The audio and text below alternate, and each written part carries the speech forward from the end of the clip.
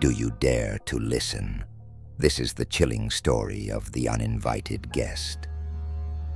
Late one gloomy October night, Cassandra, a young college student, sat studying in her dimly lit apartment.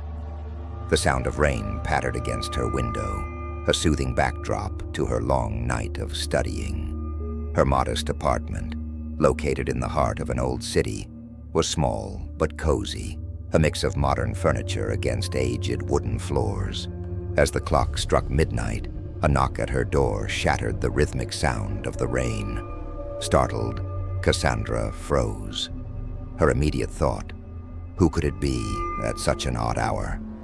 With some hesitation, she shuffled to the door. Peeking through the peephole, she saw nothing. Confused, Cassandra unlocked and opened the door, revealing an empty corridor. Her building was eerily silent, save for the muffled sounds of city life outside. Shrugging it off, she thought maybe it was just her mind playing tricks or some late-night prank. She closed the door, double-locked it, and returned to her desk.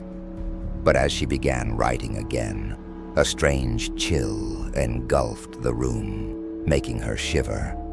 Her breath turned visible as if the temperature had suddenly dropped. She felt as though she was being watched, the sensation prickling at the back of her neck. Determined to continue, Cassandra resumed her work, trying to convince herself it was just the cold weather.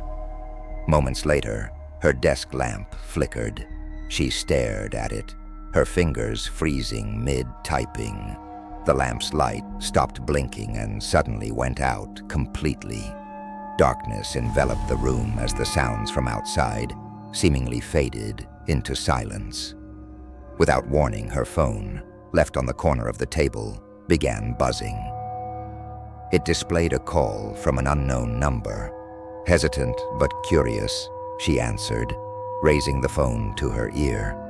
There was no voice from the other side, just the muffled crackle of static. Then, she thought she caught a whisper, a deeply hoarse and chilling voice uttering, "I'm here, right behind you." Cassandra dropped the phone, her heart pounding. She whipped around, finding nothing but the oppressive darkness. Unable to suppress the growing sense of dread, Cassandra decided to leave the apartment. But when she reached for her keys, they were gone. Her phone, which had fallen to the floor, began lighting up with text messages. Each message repeated the same phrase again and again. "Don't look. Just don't look." She abandoned the phone and began searching desperately for the keys. Suddenly, a thundering noise from her bathroom echoed through the apartment. It sounded like the forceful slamming of a door. Gathering her courage, Cassandra hesitantly approached the closed bathroom door. She gripped the doorknob but froze. Her instincts told her not to open it. Something, someone perhaps, banged from the other side again. "Who's there?" she shouted, her voice trembling. The banging immediately ceased. Silence fell over the apartment, as thick as fog. And then faintly, Cassandra heard it. Soft laughter that almost sounded like it was coming from inside her own head. Against her better judgment, she swung the door open. The room was empty, but the mirror was fogged over, as though someone had just emerged from a hot shower. Yet the apartment was ice cold. Cassandra's widening eyes then caught a horrifying sight in the reflection. Behind her stood a shadowy figure. Its shape was tall and barely distinguishable, with hollow eyes that glowed faintly red. Paralyzed by fear, she couldn't move, couldn't speak. But the figure made its move, leaning in closer to her reflection. In an almost sweet, whispered tone, it said, "You invited me." In an instant, Cassandra whipped around, but there was nobody there. When she turned back, the figure in the mirror began reaching out of the glass.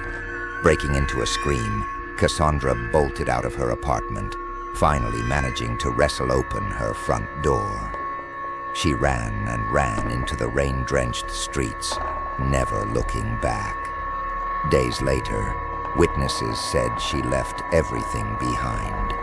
Her phone, her books, her life, essentially abandoned. When questioned, Cassandra could only ever say, "I never invited it, but it came anyway." And to this day, that apartment stands vacant. Neighbors occasionally report hearing faint knocks on their doors at midnight and the distant sound of laughter in its corridors. So what do you think, brave viewer? Was it all in Cassandra's head, or was she a victim of something dark and unexplainable? Would you have opened that bathroom door? Let us know in the comments below. But one thing is clear. In the world of spooky tales unveiled, some entities don't wait for an invitation.